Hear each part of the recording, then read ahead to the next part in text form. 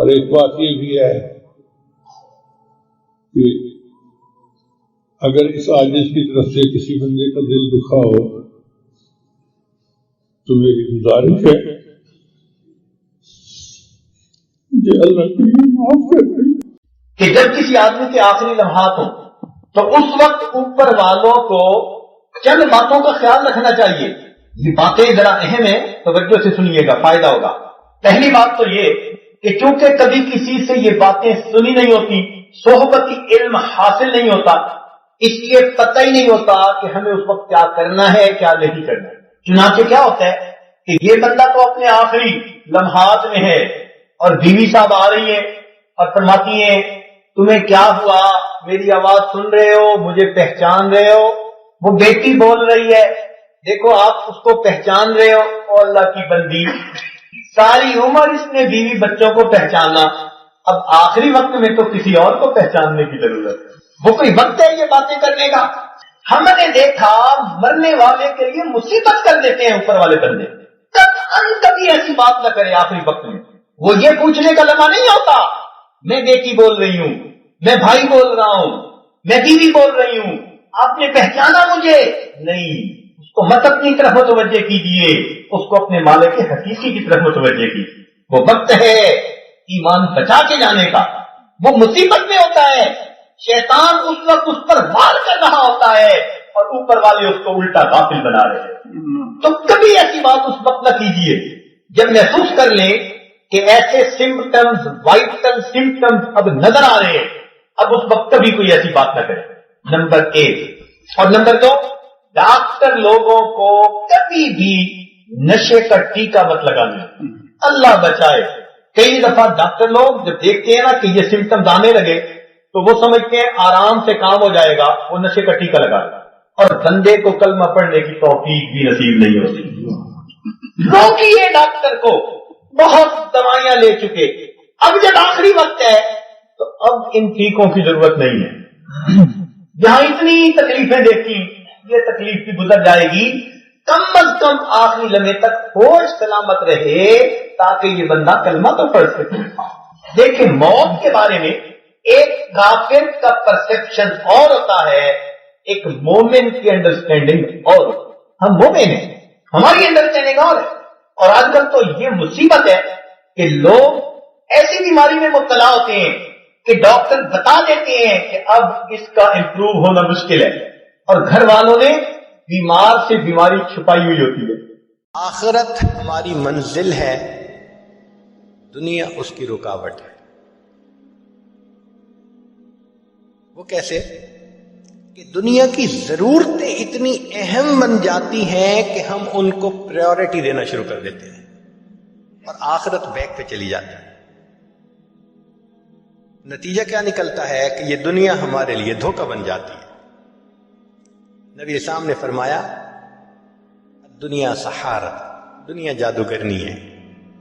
جادوگر کا جادو ہو جاتا ہے نا تو بندے کو سمجھ نہیں لگتی کیا ہو رہا ہے. ایسے دنیا کا بھی جادو ہو جاتا ہے، بندہ دنیا سمیٹنے میں لگا ہوتا ہے، نہ اسے آخرت کی فکر نہ آخرت کی پرواہ. بس مولانا کیا ہے، مجھے تو مرنے کی بھی فرصت نہیں. حیرت کی بات ہے، کیسے مرنے کی فرصت نہیں؟ جب موت آئے گی تو پھر کیا آپ اس کو نہ کر سکیں گے؟ کہتے ہیں ایک شخص نے بڑا عالیشان محل بنوایا، پھر اس نے دوستوں کی دعوت رکھی اور پھر اس نے ایک تخت بنوایا کہ دعوت کے بعد یہاں بیٹھیں گے اور میں ایکسپلین کروں گا لوگوں کو اس کا ڈیزائن کیسے تھا، اس کا آرکیٹیکٹ نے کیسے کام کیا، میں نے ماربل کہاں سے لیا، فرنیچر کہاں سے لیا، شینڈلیئر کہاں سے لیا، میں ان کو ڈیٹیلز بتاؤں گا. جب محفل عروج پر تھی اور وہ اپنی بلڈنگ کے بارے میں سب کچھ بتا رہا تھا، دروازے پہ دستک ہوئی. حضرت شیخ الحدیث رحمۃ اللہ فرماتے ہیں کہ اس کا نوکر گیا دیکھنے کے لیے تو ایک بڑے میاں کھڑے تھے. تو نوکر نے غصہ کیا، بڑے میاں آپ کو دروازہ کھٹکھٹانا نہیں آتا؟ اس نے کہا جاؤ اپنے مالک کو جا کر کہو کہ ملک الموت آئے ہیں. تو حیران ہو گیا، آیا اور آ کے اس نے مالک کے قریب آ کے کان میں کہا بڑے میاں باہر کھڑے ہیں اور کہتے ہیں کہ جا کے بتاؤ ملک الموت آئے ہیں. تو نام سن کے وہ حیران ہوا, کہتے یار اس کو کوئی بہانہ بناؤ, بھیج دو اس کو. جب کہا نا کہ بہانہ بنا کے بھیج دو تو دیکھا کہ وہ بوڑھا سامنے کھڑا تھا. کہنے لگا کہ جب میں آتا ہوں میں لوگوں کو بھگتاتا ہوں, مجھے کوئی نہیں بھگتا سکتا. یہ کہا اور اس کی روح کو قبض کر لیا. تو یہ دھوکہ ہے نا کہ انسان اتنا دنیا میں منہمک ہو جائے کہ آخرت ہی یاد نہ رہے, چاہے وہ بزنس ہو, چاہے وہ نوکری ہو, یہ کوئی اور چیز ہو. اچھا, آج ہم اپنی زندگی کا جائزہ لیتے ہیں کہ ہم آج کیسے زندگی گزار رہے ہیں. ہے تو یہ بڑی پرسنل سی بات, لیکن ہم ذرا دیکھتے ہیں کہ آج عمومی طور پہ ہماری زندگی کا سکیجول کیا ہے. ہر بندے نے کوئی نہ کوئی روزانہ کا ٹارگٹ رکھا ہوتا ہے. مثلا بزنس مین جاتا ہے نا تو کہہ دیتے ہیں بھائی آج کا سیل ٹارگٹ اتنا ہے, آج کے دن میں ہم نے اتنی سیل کرنی ہے. فیکٹری والا جاتا ہے اور جا کے اپنے جنرل مینیجر کو بتا دیتا ہے آج کی پروڈکشن کا ٹارگٹ اتنا ہے. تو ٹارگٹ ہوتا ہے جس کو وہ اچیو کرتے ہیں پھر تینوں شفٹوں میں ہمت کر کے. جو نوکری پیشہ ہوتا ہے وہ جاتا ہے اور اس کا ٹارگٹ ہوتا ہے کہ آج میں نے اپنے ٹیبل پہ جتنی ڈاک ہے نا سب ختم کر دینی ہے, سب بیک لاگ نکال دینا ہے. یہ ٹارگٹ ہوتا ہے اس کا دن کا. عورت کے گھر ٹارگٹ ہوتا ہے آج میں نے نا گھر کی اچھی سیٹنگ کر دینی ہے, صاف کر دینا ہے. چنانچہ اس کا بھی روزانہ کا ایک ٹارگٹ ہوتا ہے. ہم دن کے 8 گھنٹے 10 گھنٹے دکان میں, بزنس میں, نوکری میں لگا کے پھر گھروں کو واپس آتے ہیں. تو دن کا میجر پارٹ جو شروع کا ہے وہ تو گزر چکا ہوتا ہے. اب ایوننگ شروع ہو گئی. ایوننگ میں دیکھیے پھر ہمارا کیا معاملہ. جو ذرا عمر کے بڑے ہیں وہ خبروں کے نام پہ ٹی وی دیکھیں گے کہ جی ذرا میں نیوز دیکھ رہا ہوں. نوجوان ہیں انٹرنیٹ پہ بیٹھ جائیں گے, انٹر انٹو دی نیٹ, وہ گھر جائیں گے کسی جال میں. عورتیں ہیں فرصت ہوئی تو وہ فون کر رہی ہیں اپنی فرینڈ کو, اپنی بہن کو, اپنے فلاں کو, اور بتا رہی ہیں کہ آج کیا ہوا, خامن نے کیا کہا, بچے نے کیا کیا. اس کے اوپر مصروف. جو چھوٹے چھوٹے بچے ہیں وہ کھیلوں میں مصروف ہو جائیں گے, چاہے وہ فزیکل کھیلیں ورنہ تو آئی پیڈ ہی لے کے بیٹھ جائیں گے. ہم نے بعض بچوں کو لے کر 4 سے 5 گھنٹے آئی پیڈ پہ بیٹھے رہتے ہیں. یوں ہماری ایوننگ کا ٹائم گزر جاتا ہے. اب رات آتی ہے تو رات کو بعض ملکوں میں تو میاں بیوی کھانا کھا کے سو جاتے ہیں, اور بعض جگہوں پہ دوستوں کی دعوت ہوتی ہے, ڈائن آؤٹ کرنے کا شوق ہوتا ہے. آج ادھر کھانا کھائیں گے, کل ادھر کھانا کھائیں گے. کبھی خود کھانا کھانے جا رہے ہیں رشتہ داروں کے گھر, کبھی رشتہ دار ان کے گھر کھانا کھائیں. نتیجہ کیا ہوتا ہے, آدھی رات گزر جاتی ہے. اب آدھی رات گزر گئی تو تھک ہار کے سوئے, فجر میں آنکھ ہی نہیں کھلتی. پھر اٹھے اور پھر ناشتہ کیا اور بھاگم بھاگ پھر وہی روٹین. پوچھنے کا سوال یہ ہے کہ پروڈکشن ٹارگٹ بھی تھا, سیل ٹارگٹ بھی تھا, ڈاک نکالنے کا بھی ٹارگٹ تھا, عورت نے گھر کو صاف رکھنا یہ بھی ٹارگٹ تھا. ان 24 گھنٹوں میں کوئی ہمارا عبادت کا بھی ٹارگٹ تھا. ہم نے یہ عہد کیا تھا آج ہم 1 پارہ بھی پڑھیں گے, اتنا درشی پڑھیں گے, اتنا استغفار کریں گے, اتنا مراقبہ کریں گے, اتنی تہجد پڑھیں گے, لمبی دعا مانگیں گے. ٹارگٹ ہی نہیں بنا ہوا. اب بتائیں کہ جس زندگی میں عبادت کا کوئی ٹارگٹ ہی نہیں تو وہ غفلت نہیں تو پھر اور کیا ہے.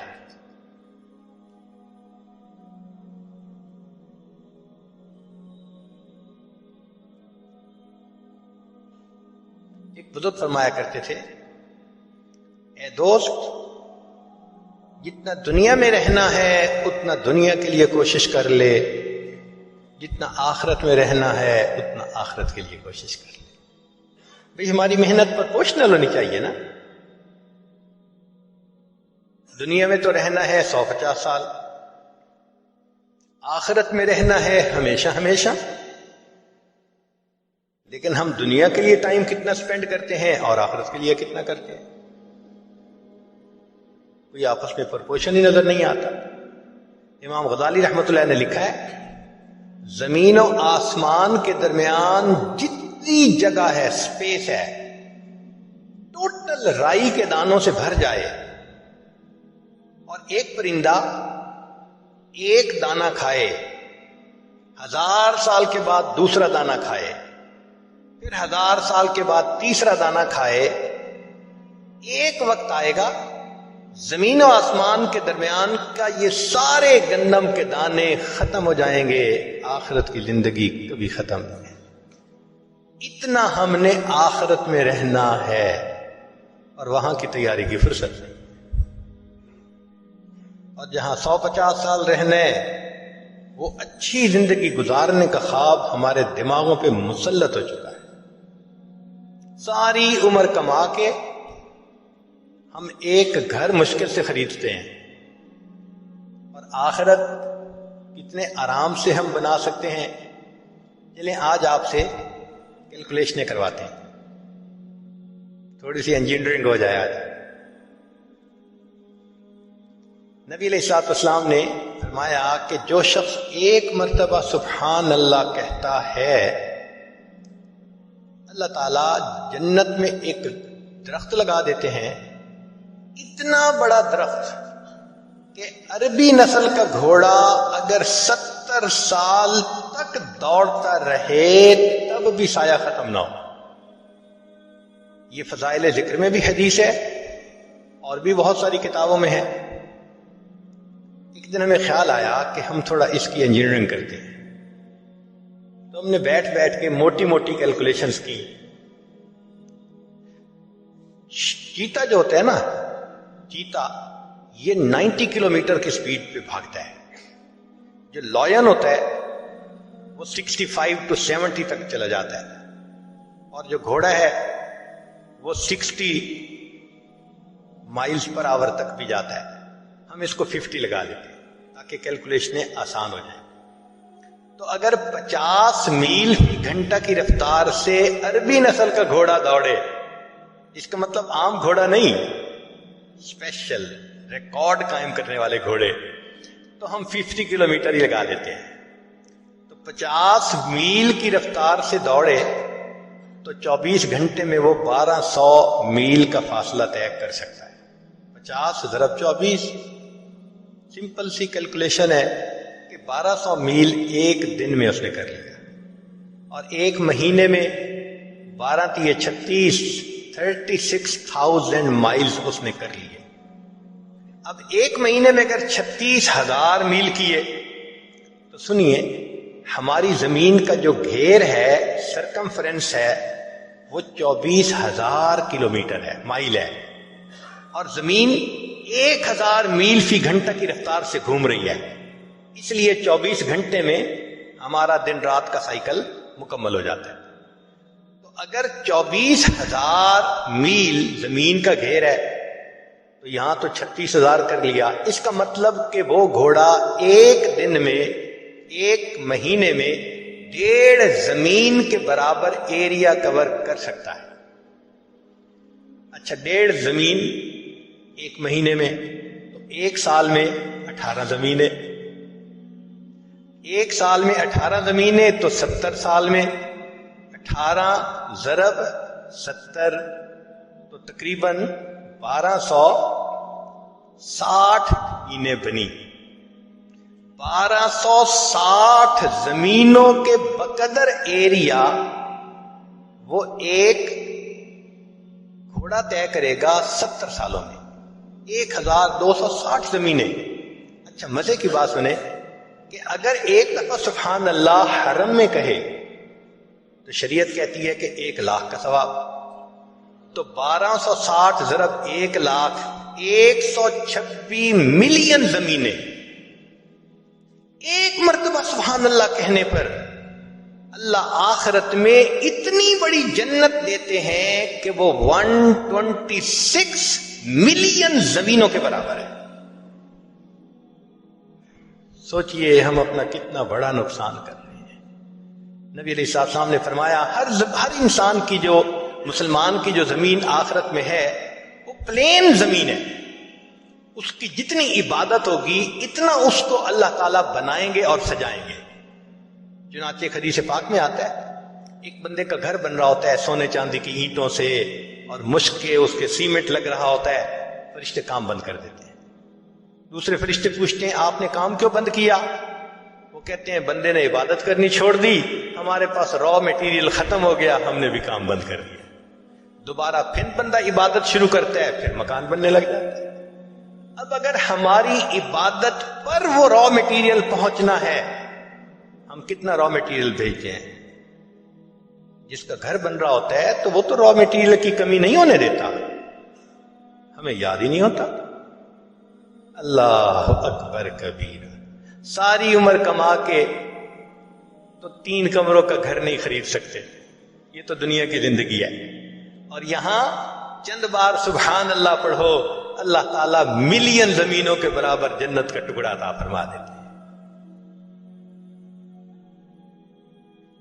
تو آخرت منزل ہے اور دنیا کی مصروفیتیں اس کی رکاوٹ ہیں.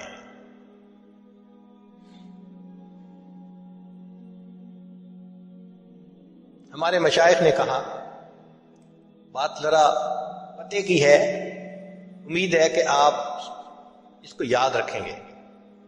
فرمایا دنیا کام کی جگہ, دنیا کام کی جگہ,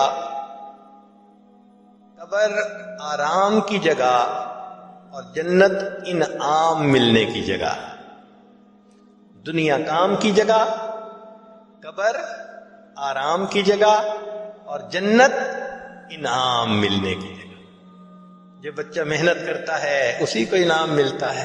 ہم دنیا میں محنت کریں گے آخرت کی تو پھر آخرت میں انعام پائیں گے.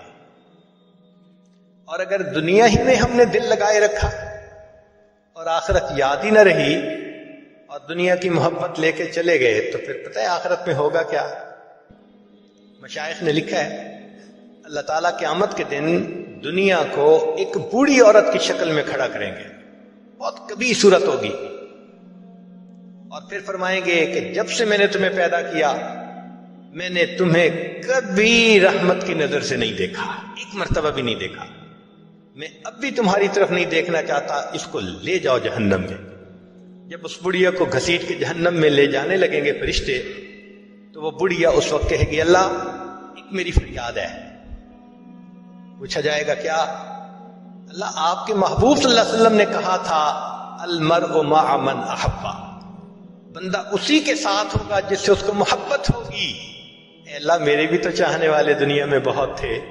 اللہ اعلان کروا دیں گے تھے جو دنیا سے محبت کرنے والے تھے سب اس کے ساتھ ملا کر جہنم میں ڈال دیے. ایک واقعہ کتابوں میں لکھا ہے کہ ایک مرتبہ سیدنا عمر بن عبدالعزیز رحمت اللہ علیہ کسی جنازے کے ساتھ جا رہے تھے. اچانک ایک قبر کے قریب کھڑے ہو کر رونا شروع کر دیا. لوگوں نے کہا کہ حضرت آپ تو جنازے کے ولی تھے, آپ پیچھے کھڑے ہو گئے. فرمایا ہاں قبر نے مجھ سے گفتگو کی. کیا گفتگو کی؟ کہنے لگے قبر نے گفتگو کی کہ عمر بن عبدالعزیز مجھ سے یہ کیوں نہیں پوچھتے کہ جب کوئی میت میرے اندر آتا ہے میں اس کے ساتھ کیا سلوک کرتی. تو کہنے لگے کہ میں نے اس سے کہا کہ ہاں مجھے بتاؤ کیا کر. تو قبر سے ایک آواز آئی کہ جب کوئی میرے اندر آتا ہے میں اس کی آنکھوں میں کیڑے ڈال دیتی ہوں, منہ کو کیڑوں سے بھر دیتی ہوں, پیٹ کو کیڑوں سے بھر دیتی ہوں, اس کے پوروں کو اس کی انگلیوں سے جدا, انگلیوں کو ہتھیلیوں سے جدا, ہتھیلیوں کو بازوؤں سے جدا اور بازوؤں کو کندھوں سے جدا کر دیں. میں اس کے گوشت کو کھا لیتی ہوں اور اس کی ہڈیوں کو رہنے دیتی ہوں. 1985 کی بات ہے کہ یہ واقعہ اس عاجز نے امریکہ کے کسی شہر میں بیان کیا. انگلش میں بیان تھا اور وہ مجمع ہی سارا ڈاکٹروں کا تھا. بیان کے بعد ایک صاحب آئے, کہنے لگے حضرت آپ نے جو یہ بات سنائی تو یہ آپ نے کہاں پڑھی؟ میں نے کہا بھائی ہم نے کسی کتاب میں یہ واقعہ پڑھا ہے. کہنے لگے آپ دیکھنا چاہیں گے کہ قبر میں کیا ہوتا ہے؟ میں نے کہا عبرت کی نظر سے دیکھنا چاہوں گا. اگلے دن وہ ہمیں نیچرل ہسٹری میوزیم لے گئے اور وہاں پر مومیز کا ایک سیکشن تھا. مومی کہتے ہیں حنوط شدہ لاش، وہ لاش جس کو کیمیکل لگا کے پریزرو کر دیتے ہیں. وہ وہاں پر لے گئے. شیشے کے کمرے بنے ہوئے تھے اور لائٹ انڈائریکٹ تھی، اتنی جتنی اثر کے قریب ہوتی ہے. سورج غروب ہونے کا منظر بنایا ہوا. تو شیشے کے پہلے کمرے میں جب لے گئے تو کمرے پہ لکھا ہوا تھا دروازے پہ کہ جب انسان دنیا سے مرتا ہے تو اس کی حالت یہ ہوتی ہے. اس نے اندر دکھایا، اندر ایک انگریز کی لاش پڑی ہوئی تھی، صحیح سالم جیسے لوگ بندہ ہوتا ہے. خیر ہم نے ایک نظر ڈالی، کیونکہ اس پر کوئی کپڑا نہیں تھا، صاف جسم نظر آ رہا. باہر نکل آئے، کہنے لگا حضرت اب اگلے میں آئے. اگلے دروازے پر لکھا ہوا تھا کہ یہ آدمی مرا اور اسے قبر میں اتنے دن دفن رکھا گیا. اتنے دنوں کے بعد قبر کھولی گئی اور جس حالت میں اس کو پایا ہم نے کیمیکل چھڑک کر عین اسی حالت میں پریزرو کر دیا. اوپر دن بھی لکھے ہوئے تھے، پتہ نہیں 8 دن 10 دن جو بھی تھا. دروازہ کھول کے اندر گئے. ہم نے کیا دیکھا کہ باقی سارا جسم ٹھیک. سب سے پہلی تبدیلی جو بندے کے جسم میں آتی ہے، اس کی آنکھوں کے دونوں ڈیلے بنٹے نکل کے اس کے رخساروں پر پڑے. سب سے پہلی تبدیلی یہ آتی ہے. اور اس کی آنکھوں کے وہ جو ڈیلے تھے ان کے ساتھ کیڑے چمٹے ہوئے چاروں. اے انسان جو ہوس بھری نگاہیں تو غیروں پہ ڈالتا پھرتا ہے، سب سے پہلے اللہ تیرے جسم کی آنکھوں کو ہی کیڑوں کی غذا بنائے. سب سے پہلے تیری آنکھوں کو کیڑے کھائے. ہم تو دیکھ کے اتنا حیران ہوئے کہ کوئی حد نہیں. آنکھوں سے آنسو ہمارے. وہ کہنے لگا حضرت آگے چلے. اگلے کمرے میں گئے. لکھا ہوا تھا یہ بندہ فوت ہوا، اس کو اتنے دن قبر میں رکھا، کچھ زیادہ دن، اور جب نکالا تو اس کی یہ حالت. جب اندر جا کے دیکھا تو اس کا باقی جسم سلامت.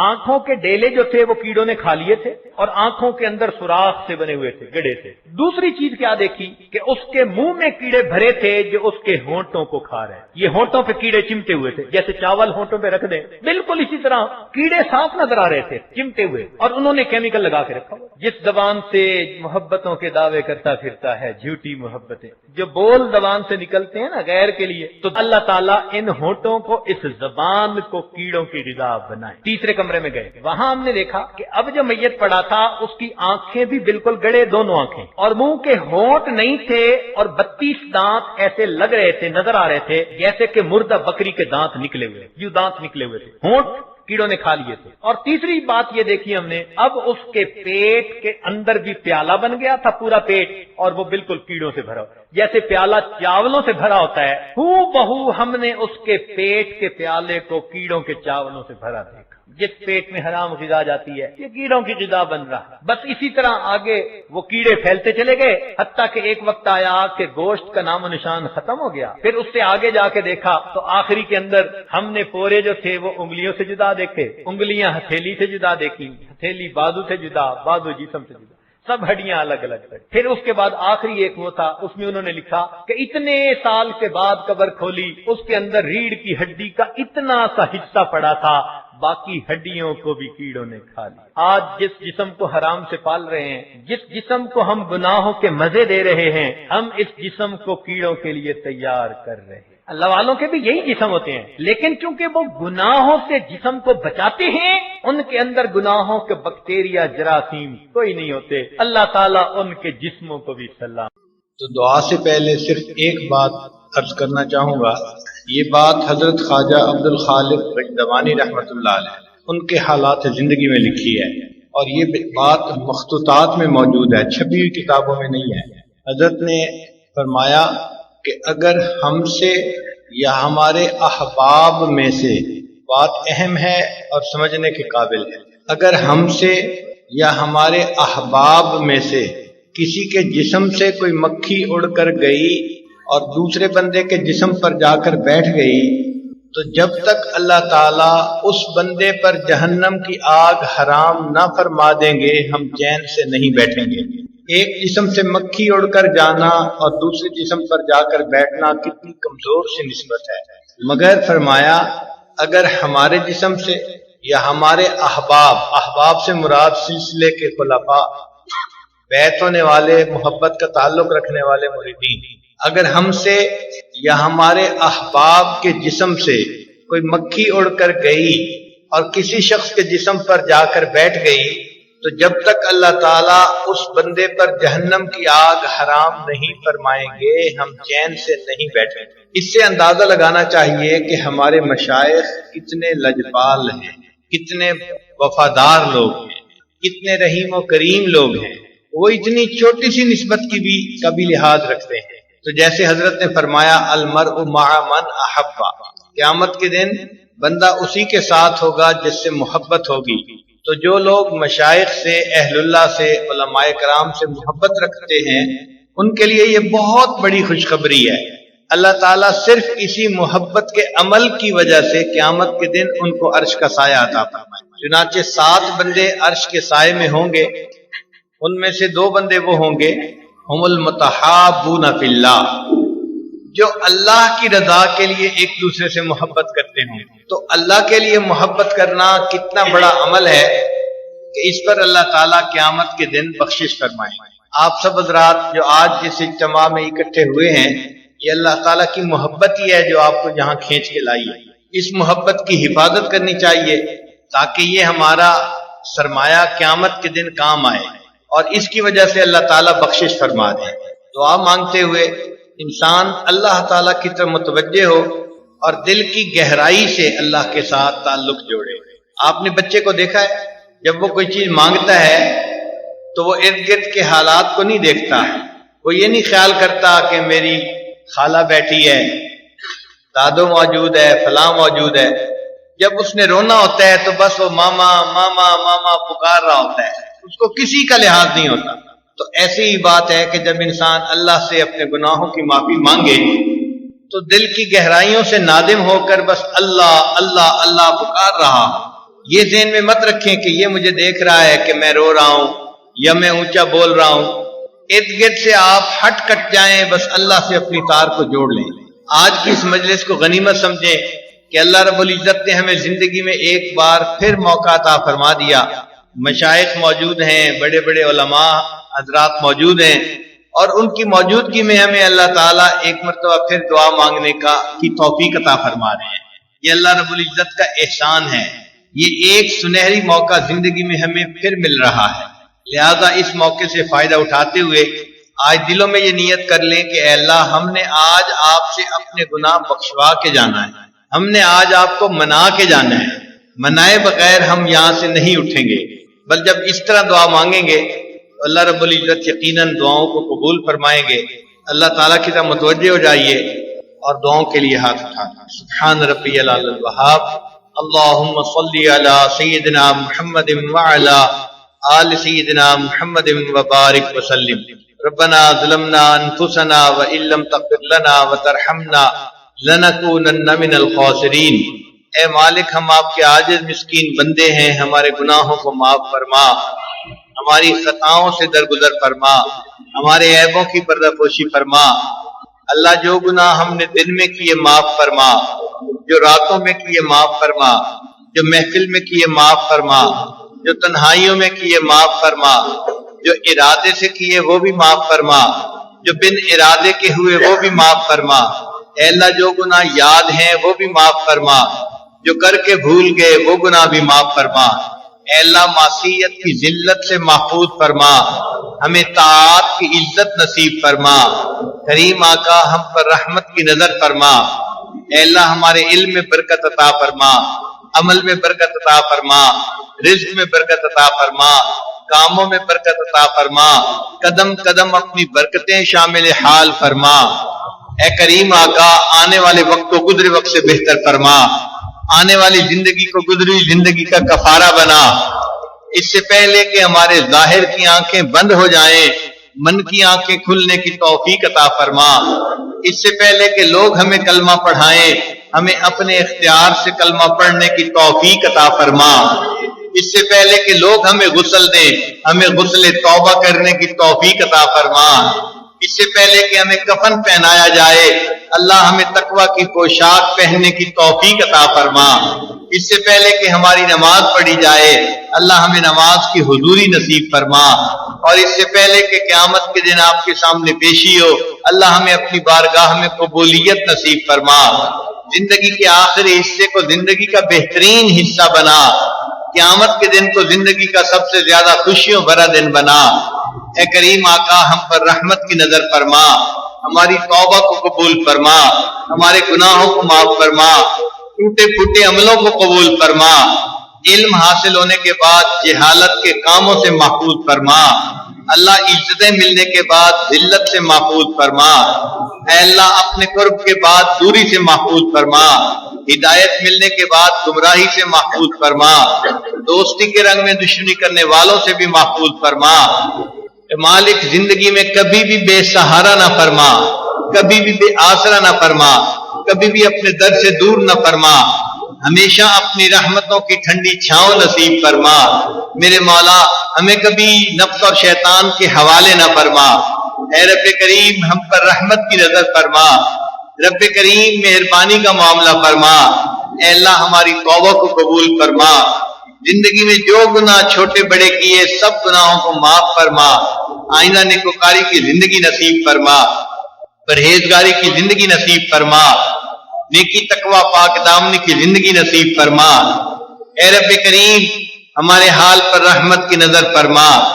اے اللہ جو بے اولاد ہیں ان کو نیک اولاد عطا فرما، جو صاحب اولاد ان کی اولادوں کو نیکوکار بنا، فرما بردار بنا، ماں باپ کی آنکھوں کی ٹھنڈک بنا۔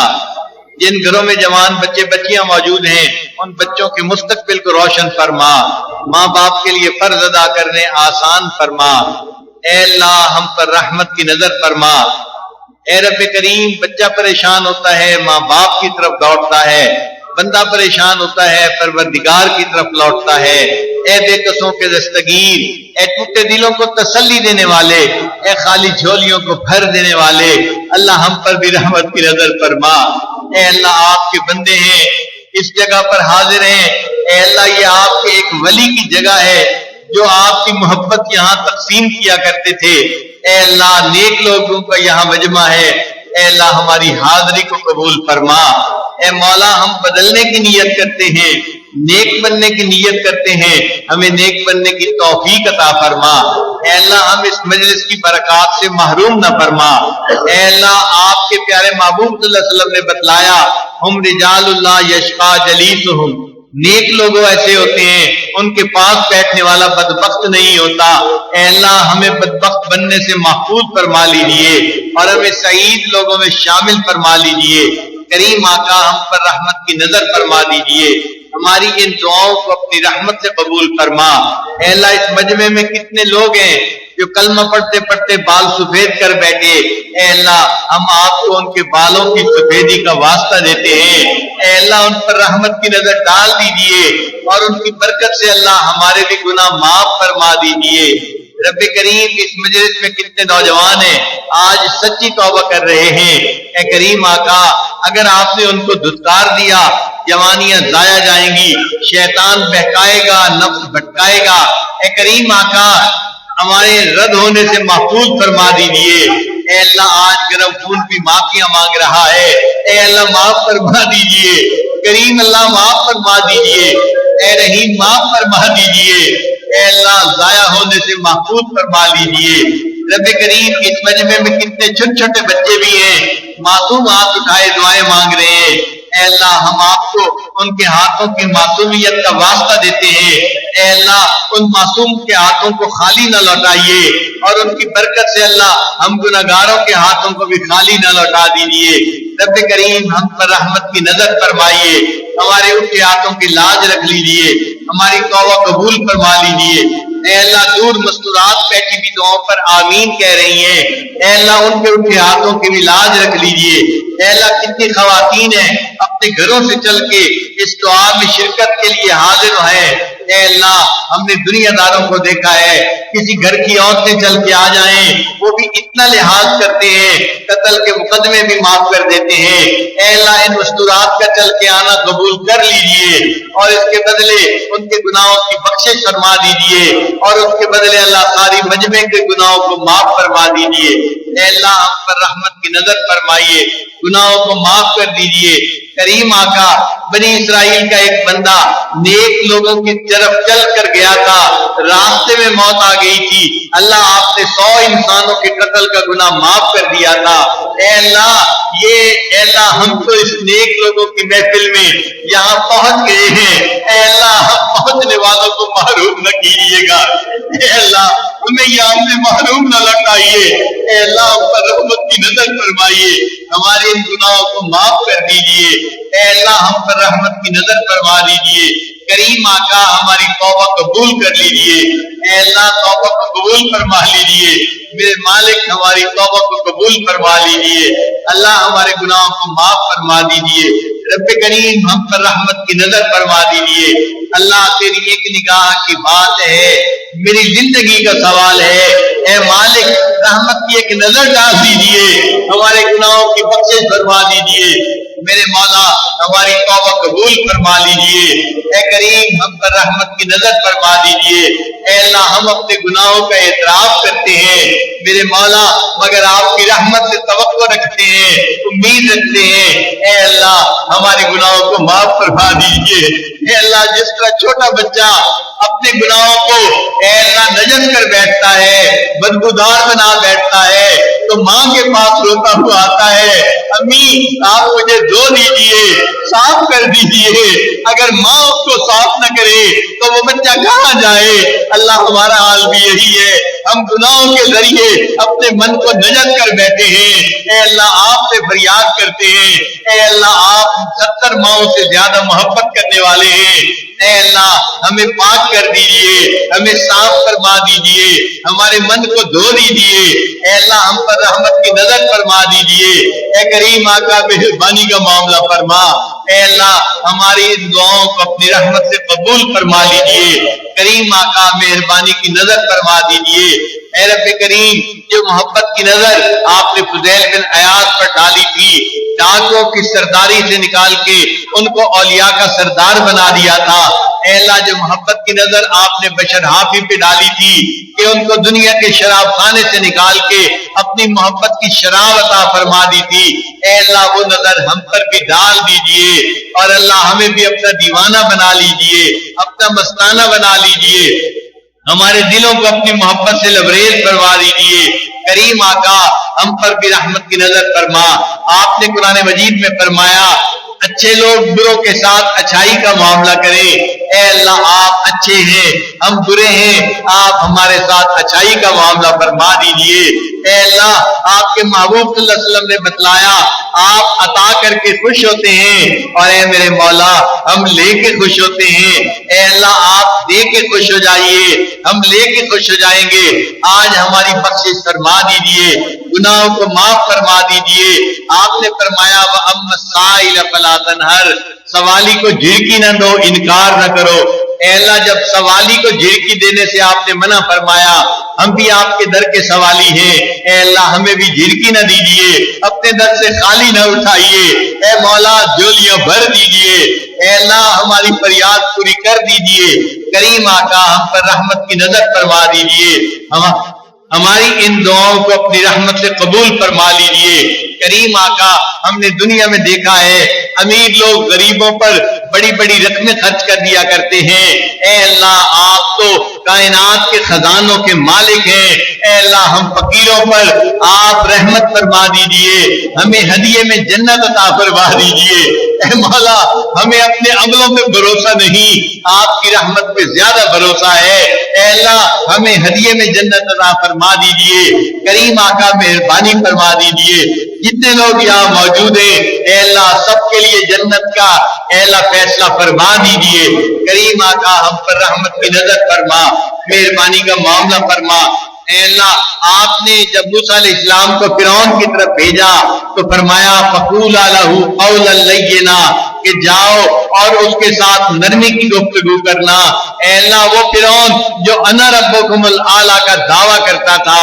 جب آپ اس کے پاس موسیٰ علیہ السلام کو بھیجتے ہیں تو نرمی کا حکم فرماتے ہیں، اے اللہ یہ مجمع ان لوگوں کا ہے جو روزانہ سجدے میں سر ڈال کر سبحان ربی الاعلی کا اے اللہ اقرار کرتے ہیں، اے اللہ آپ ان کے ساتھ نرمی کا معاملہ فرما دیجیے، اے کریم آقا اپنے ان بندوں کے ساتھ نرمی کا معاملہ فرما دیجیے،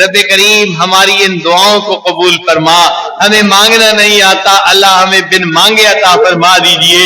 ہم پر رحمت کی نظر فرما دیجئے. اللہ آج اس مجمع کو ایک مرتبہ محبت کی نظر سے دیکھ لیجئے. اللہ ایک مرتبہ اے کریم آقا ایک مرتبہ محبت کی نظر سے دیکھ لیجئے. اے اللہ ہمیں ایسا بنا دیجئے کہ ہم آپ کو پسند آ جائیں. اے اللہ ہمیں ایسا بنا دیجئے ہم اپنے آپ کو آپ کے حوالے کرتے ہیں. اے اللہ ہمیں معصیت سے بچا لیجئے اور اللہ ہمیں نیکی پر استقامت عطا فرما دیجئے. ہماری ان دعاؤں کو اپنی رحمت سے قبول فرما. اللہ ہمارے اس ملک کی حفاظت فرما. جس مقصد کے لیے یہ حاصل کیا گیا اس مقصد کو پورا کرنے کی توفیق عطا فرما. اے رب کریم اس ملک کو دین کا قلعہ بنا دیجئے. ہمیں شریعت و سنت کے مطابق یہاں زندگی گزارنے کی توفیق عطا فرما دیجئے. اے اللہ اس ملک کو فتنوں سے محفوظ فرمائیے. اس کو امن و سلامتی کا گہوارہ بنا دیجئے. اے کریم آقا جو اس ملک کے دشمن ہیں ان کو ہدایت عطا فرما. جن کی قسمت میں ہدایت نہیں اللہ ان کو چن چن کے دفع دور فرما. رب کریم ہماری ان دعاؤں کو اپنی رحمت سے قبول فرما. اے رب کریم آپ کے پیارے محبوب صلی اللہ علیہ وسلم کے سامنے قبیلہ طے کی ایک عورت اچانک ننگے سر آ گئی تھی تو محبوب صلی اللہ علیہ وسلم نے اپنی چادر سے اس کے سر کو ڈھانپ لیا تھا. اے اللہ آج آپ کے محبوب صلی اللہ علیہ وسلم کی امت اقوام عالم کے سامنے ننگے سر کھڑی ہے. اللہ امت کا سر ڈھانپ لیجئے. اللہ امت کا سر ڈھانپ لیجئے. اے اللہ امت کا سر ڈھانپ لیجئے. اے اللہ امت کی حفاظت فرما لیجئے. اے اللہ امت کی حفاظت فرما لیجئے. اللہ ہماری ان دعاؤں کو اپنی رحمت سے قبول فرما لیجئے. اے اللہ اس مجمع میں جو مانگا گیا عطا فرما دیجئے. جو مانگنا چاہیے تو نہیں مانگ سکے وہ بھی عطا فرما دیجئے. اللہ آپ نے قرآن مجید میں فرمایا یا ایھا الناس انتم الفقراء، اے انسانوں تم فقیر ہو. اور ساتھ یہ بھی فرمایا انما الصدقات للفقراء، صدقات تو فقیروں کا حق ہوتا ہے. اے اللہ جب ہم فقیر ہیں اور صدقے فقیروں کے لیے ہوتے ہیں اللہ ہمیں اپنی کریمی کا صدقہ دے دیجئے، اپنی رحیمی کا صدقہ دے دیجئے، اپنی ستاری کا صدقہ دے دیجئے. اللہ ہماری ان دعاؤں کو اپنی رحمت سے قبول فرما لیجئے. اللہ ہماری ان دعاؤں کو اپنی رحمت سے قبول فرما. ربنا تقبل منا انك انت السميع العليم وتب علينا انك انت التواب الرحيم. وصلى الله تعالى على خير خلقه سيدنا محمد وعلى آله واصحابه اجمعين برحمتك يا ارحم الراحمين.